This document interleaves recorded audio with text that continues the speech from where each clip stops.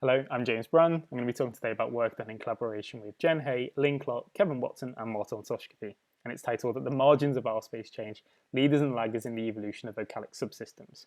And if you'd like to access the slides and my notes to this talk, you can do so at that URL. So let's start off with a bit of background on how language variation change research has traditionally been carried out. So a dominant approach in the literature has been to focus on a single variable in isolation. So for instance, in New Zealand English, you can take a vowel like kit, and over the course of 120 years or so, it's been shown that this vowel has moved to become more centralized over time. Similarly, there's also been work that's looked at how multiple variables may be changing together. So again, in New Zealand English, work on chain shifts has shown that the short front vowels trap, dress, and kit have moved in tandem with one another, and this has been argued to be a causal relationship between these vowels.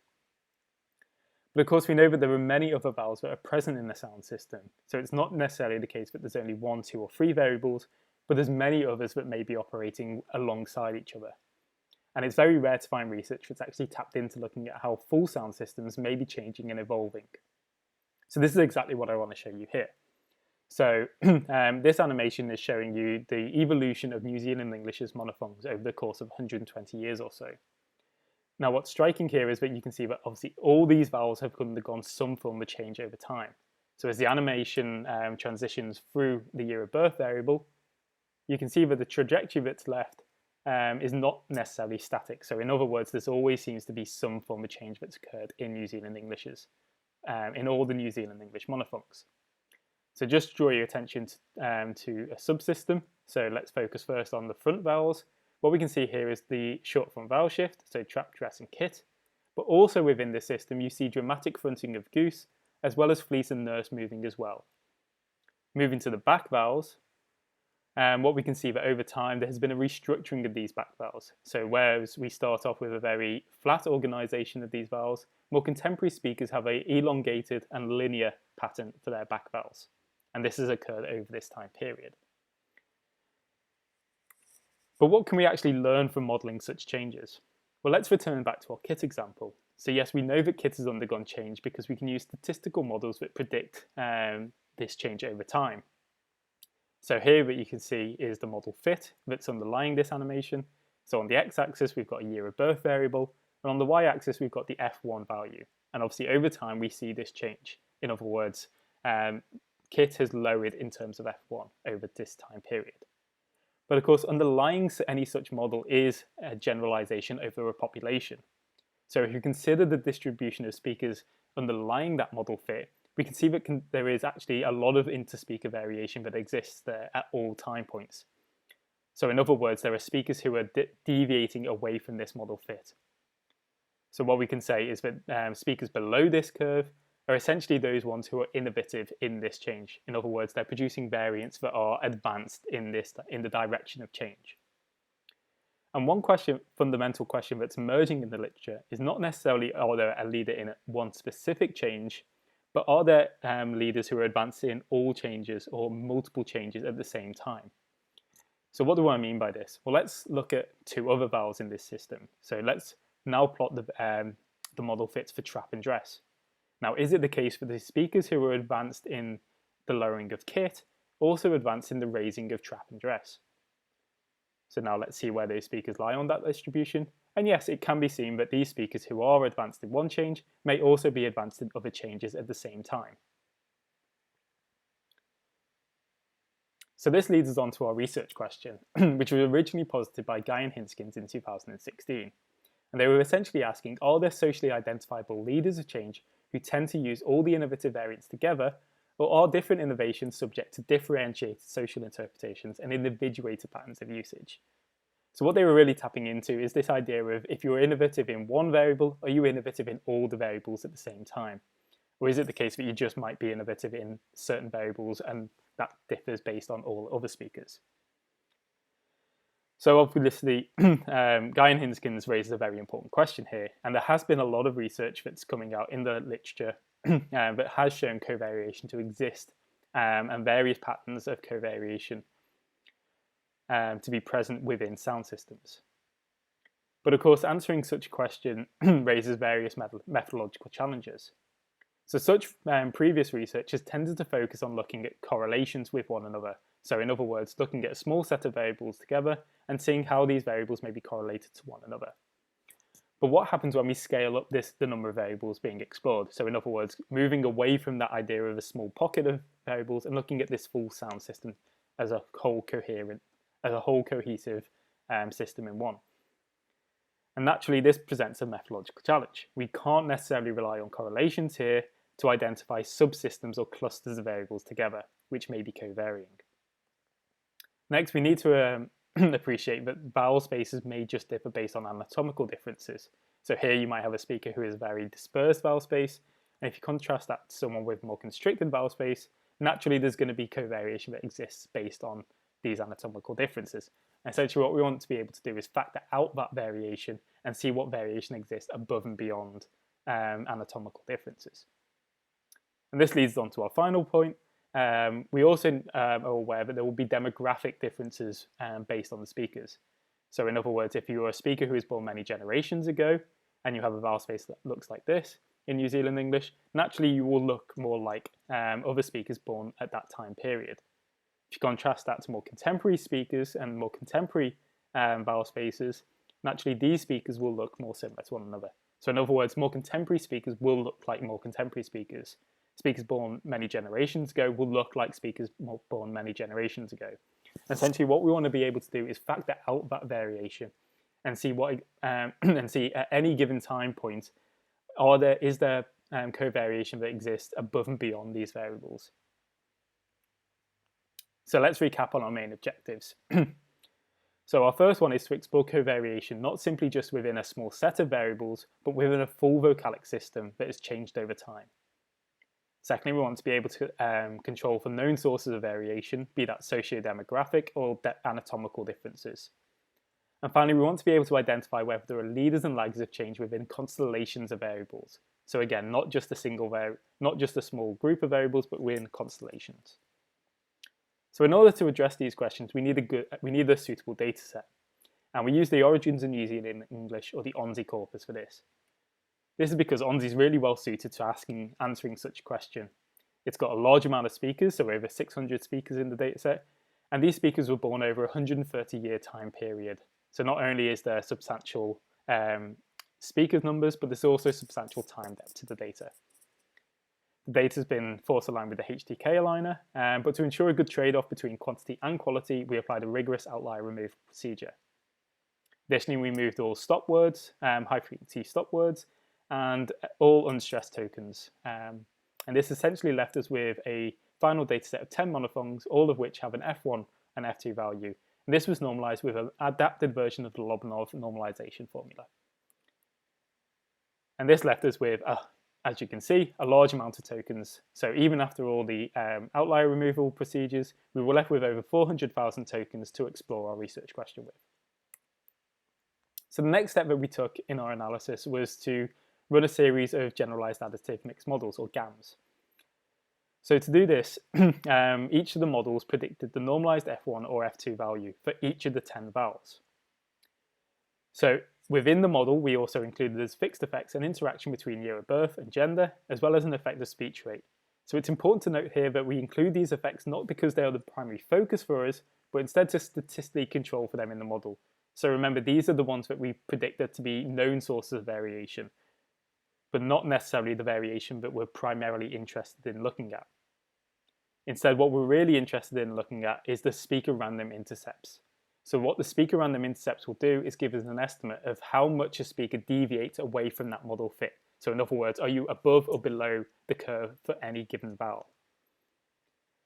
So this is crucial for analysis, remember, because this is what we're interested in looking at. Who are the speakers who are advanced in not just one change, but in multiple changes at the same time? So just to give you a bit of a visual insight into what these intercepts look like, let's return back to our 4 speakers from the plot we showed earlier. So here we can see the trajectories for trap, dress, and kit, and these 4 speakers all appear to be advanced in the direction of sound change. Now, if we add on to this plot the speaker intercepts from these models, what we can see is some sort of systematicity emerging here. You can see that these 4 speakers for kit all have a positive intercept, so in other words, their F1 for kit is lower, whereas for trap and dress, they are negative intercepts. So in other words, they are advanced in the direction of sound change.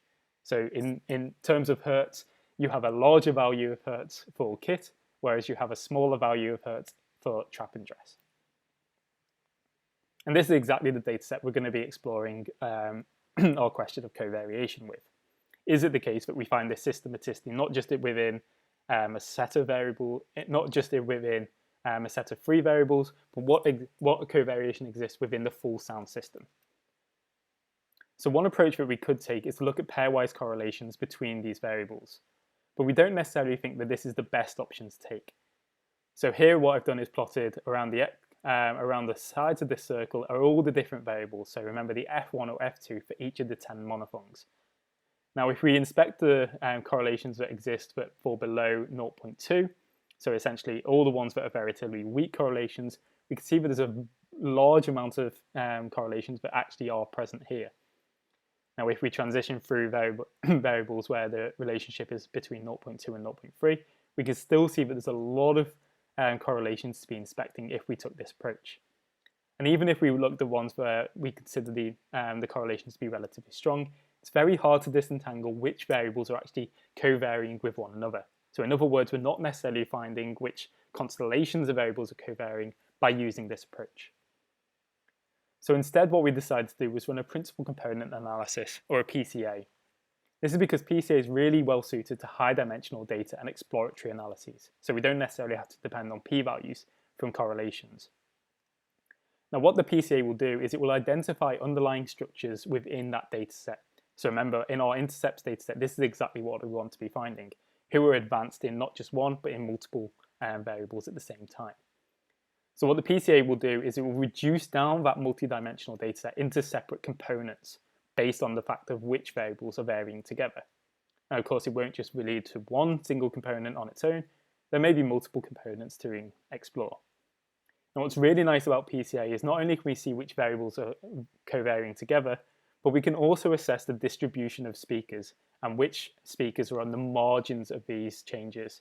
So in other words, who are the leaders and the laggers at the same time? So here on the x-axis, we've got something called the PT score for each of these three components. And the speakers on the margins, or at the extreme tails of these, are the ones who are essentially classifying that covariation. They're more typical of that covariation. So let's move on to the results from our PCA. So the PCA that we ran on the speaker intercepts emerged with three main components, each of which accounted for over 10% of the variation in the dataset. And we're going to talk through each of these ones in turn.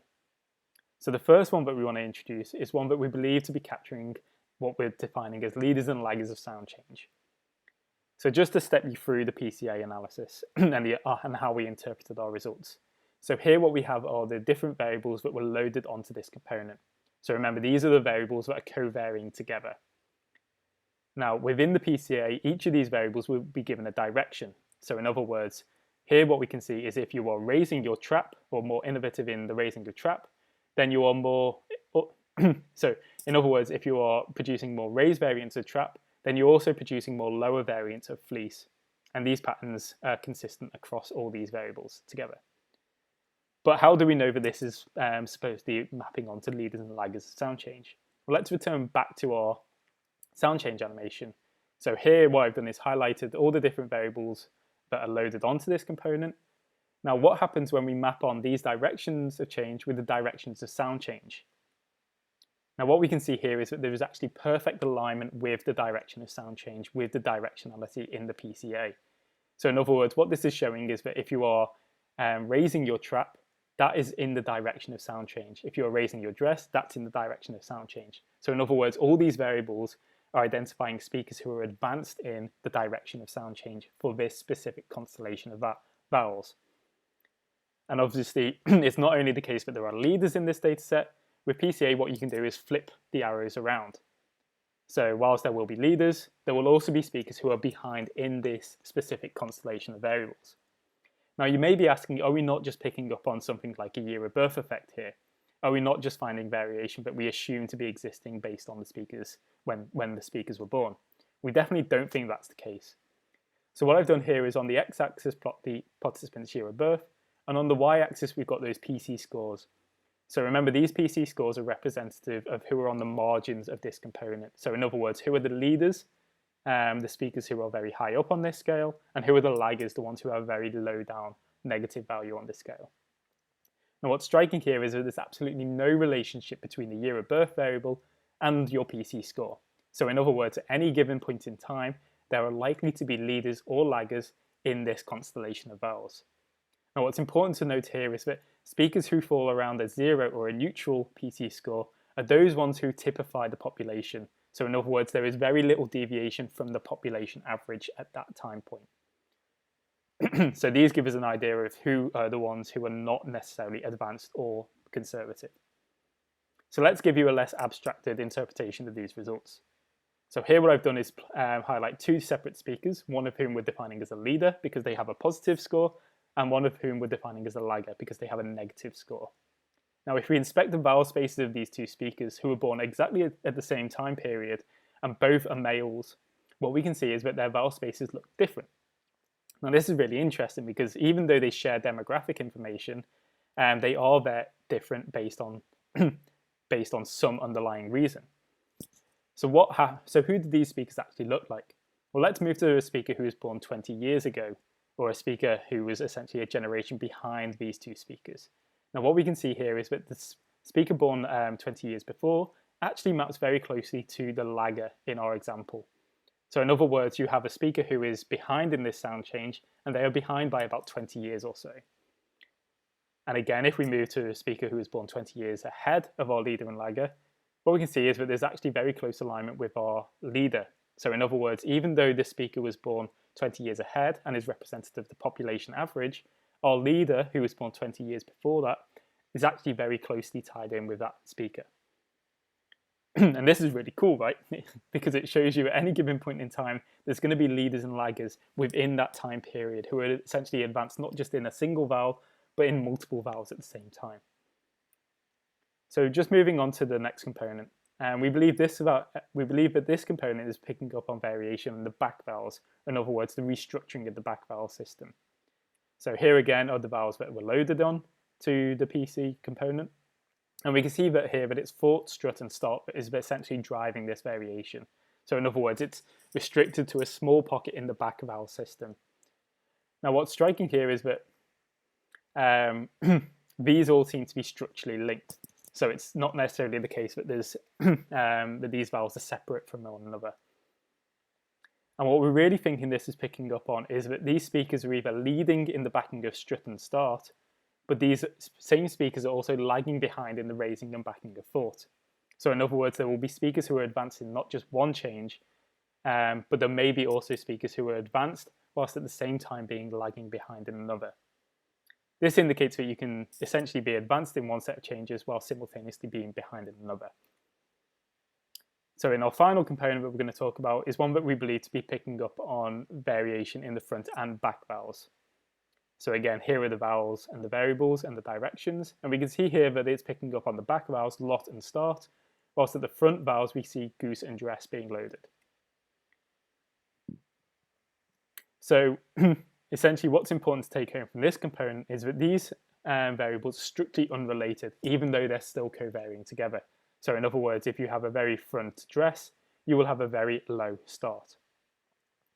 So for the back vowels, essentially what we see is that there could be innovation where you have that elongated and stretched out configuration, whereas in the front vowels, what you see is competition for which vowel is it taking up for which vowel is occupying the frontest part of the vowel space. So you either have dress or you have goose as the frontest vowel. So let's now return to our summary. So what our PCA has identified is essentially one component where we believe it's picking up on leaders and laggers in a constellation of vowels. So here you can see the vowels plotted, but what's striking here is that not only are we picking up on structurally related vowels, so that short from vowel shift is picked up on, we're also picking up on variation in a structurally unrelated vowel like lot. We see in a second component a subsystem of restructuring back vowels. So here start, strut and thought were co-varying together. But it's not necessarily the case that you're leading in all of these changes. You can be leading and lagging at the same time. And finally, our third component identified that similar sort of pattern, the idea that you can be leading in one change whilst lagging behind in another. But this was shown in in constellations of vowels that are not necessarily structurally related. Now, if we plot all of these relationships together, what's very striking here is that we can see what we can see is that all vowels are implemented in at least one of the components. So in other words, we believe this to be evidence for the case that no single vowel is likely to be operating in isolation of any other vowel within that sound system, be that for social meaning or gradual change meanings. So to sum up, some conclusions to take home. So we found covariation to exist within a subsystem of the vowel space, but it's not necessarily dependent on structural links between those variables. So you can necessarily have covariation exist, not just on the basis of structural relationships. We present a workflow for investigating covariation, one that we hope overcomes previous methodological challenges as well. And finally, we very much appreciate that our results cannot explain all sources of covariation in the data, and a closer stylistic analysis would be needed if we are to fully understand the role of shared social meanings in how variables are covarying. So thank you very much for listening, and we look forward to hearing your questions.